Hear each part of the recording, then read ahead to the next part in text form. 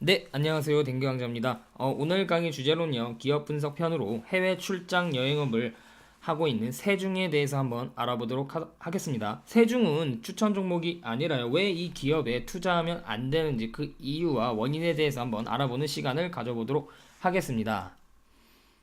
전자공식을 한번 확인을 해보니까요. 무려 영업이익이 지난해 대비해서 마이너스 90%가 감소를 하였습니다. 그 이유를 살펴보니까요. 삼성전자 및 계열 회사와의 거래 종료로 나와 있습니다. 이렇게 한 거래처와 이제 중단이 돼서 이제 기업의 실적이 엄청나게 영향을 받는 기업이라면 장기 투자 대상 종목으로 선정될 수가 없습니다. 그렇다면 장기 투자 대상 종목으로 선정이 되려면 어떻게 해야 될까요? 계속해서 강조를 해 오고 있지만요. 자체적인 성장 동력이 있어야 됩니다. 만약에 현대차나 기아차 그리고 삼성전자 SK 하이닉스 이런 기업들이 이제 너네랑 이제 거래 안 한다.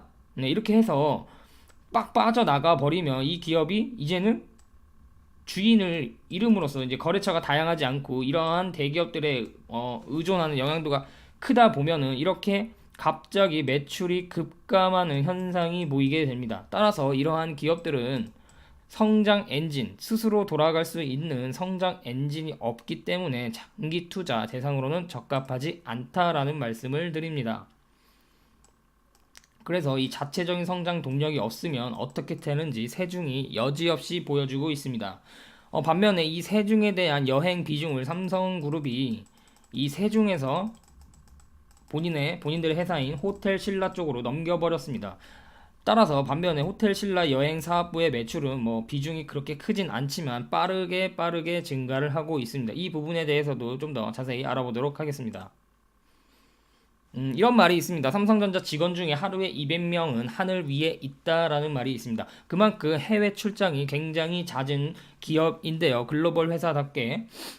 그래서 여행사 중에는 기업의 출장 업무를 도맡아 이러한 기업들의 상용 서비스를 주로 하는 여행사들이 있습니다. 대표적으로 세중이라는 기업이 있고요.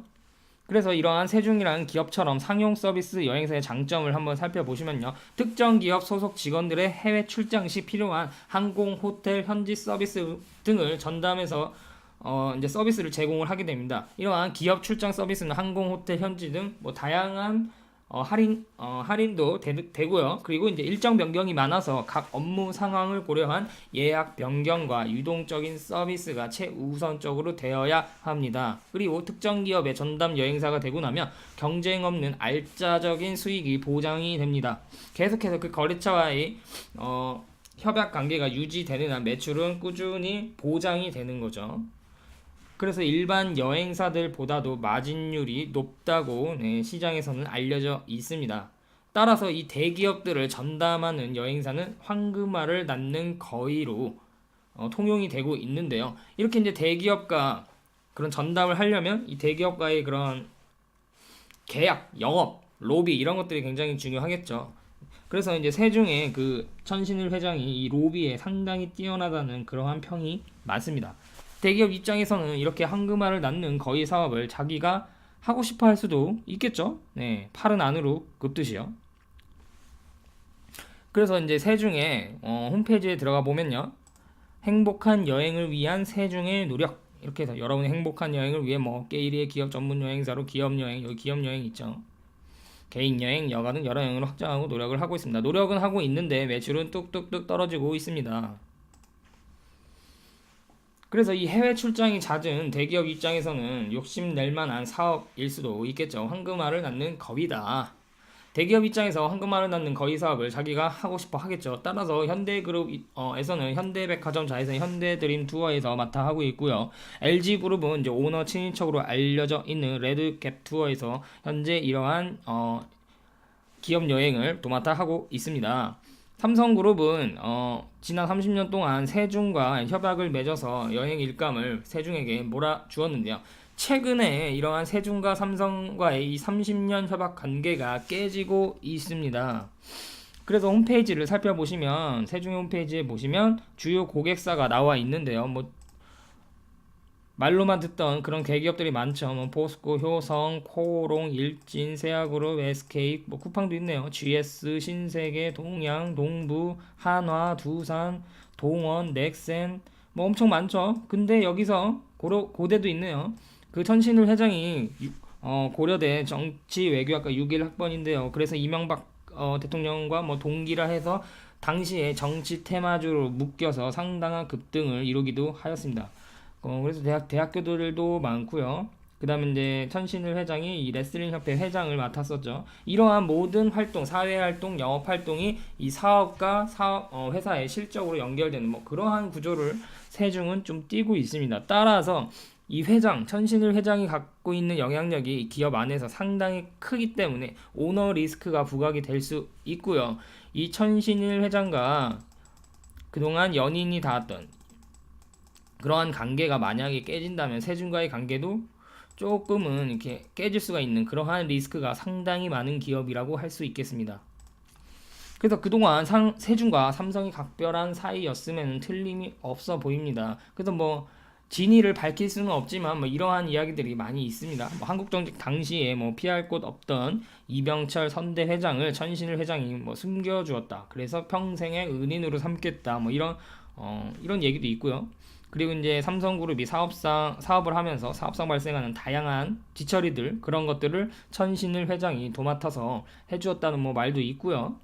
그리고 이제 이러한 천신일 회장이 이건희 회장이 어렸을 때 과외 선생님도 해줬다 뭐 이런 말들도 있습니다. 어쨌든 그동안 세준과 삼성이 매우 특별한 각별한 사이였음은 틀림이 없습니다. 그런데 이제는 경영 환경이 이제 이재용 부회장 시대로 넘어가게 되었고 과거에 부친이나 뭐 할아버지 때의 인연, 연인 이런 것보다는 사업상 정말 돈이 될 수 있는 그런 쪽으로 좀 삼성그룹이 나아가는 게 아닌가 그러한 시장의 생각도 반영이 되어 있는 것 같습니다.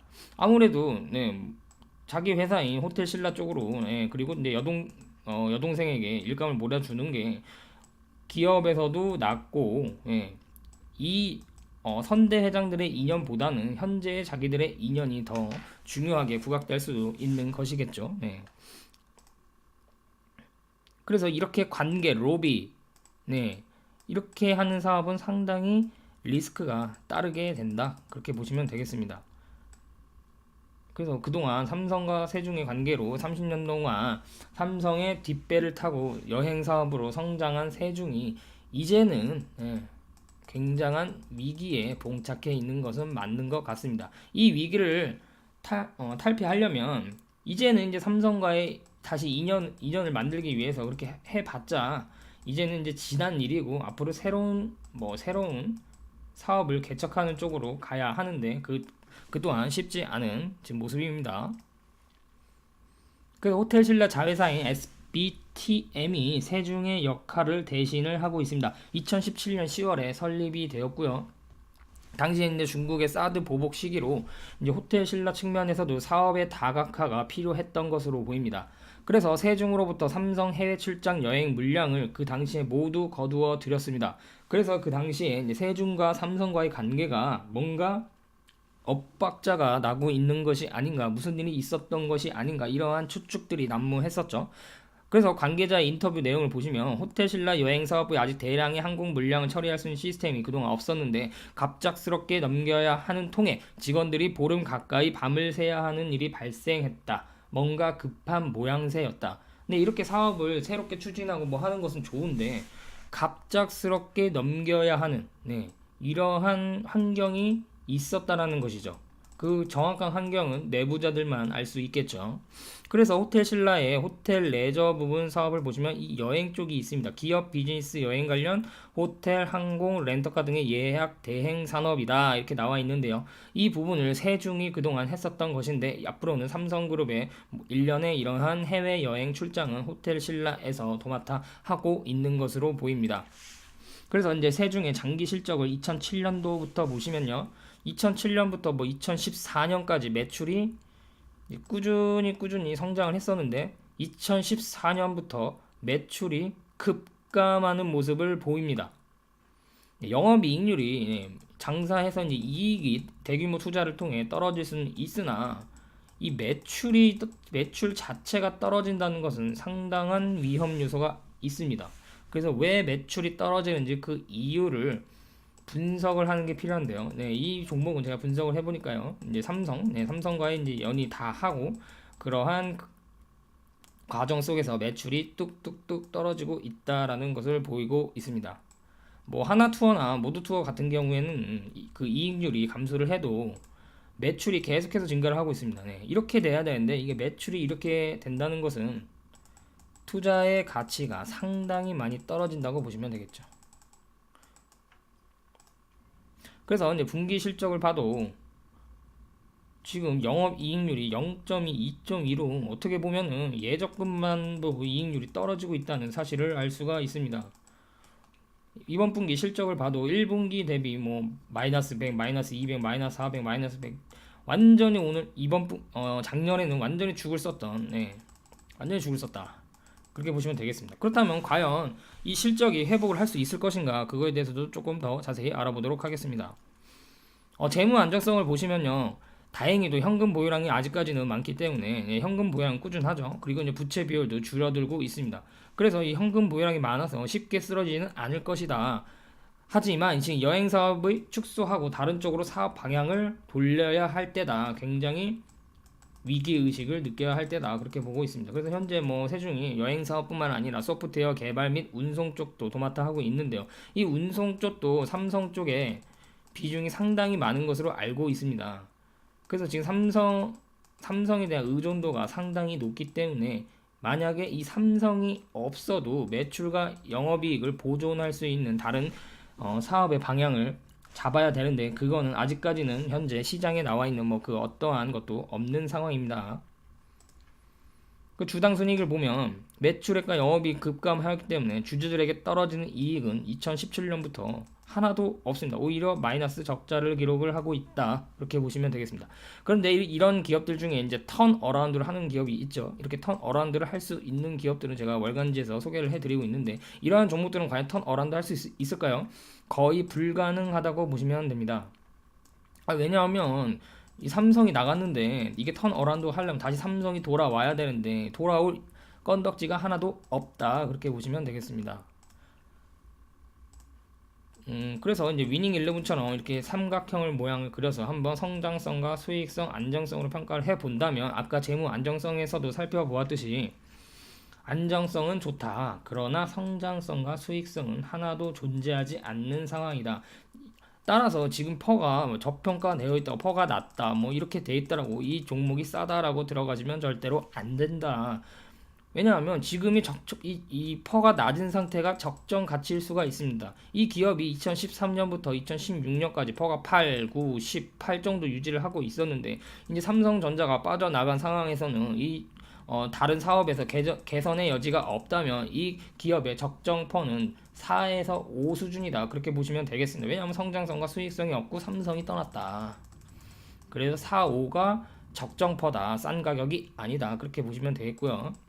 최근에 주가가 워낙에 하락을 하면서 실적이나 매출이 떨어진 거에 비해서 주가는 더 많이 하락했다고 해서 현재 주가가 여기까지 올라와 있는 상황입니다. 보시면요. 이 상황이거든요. 예.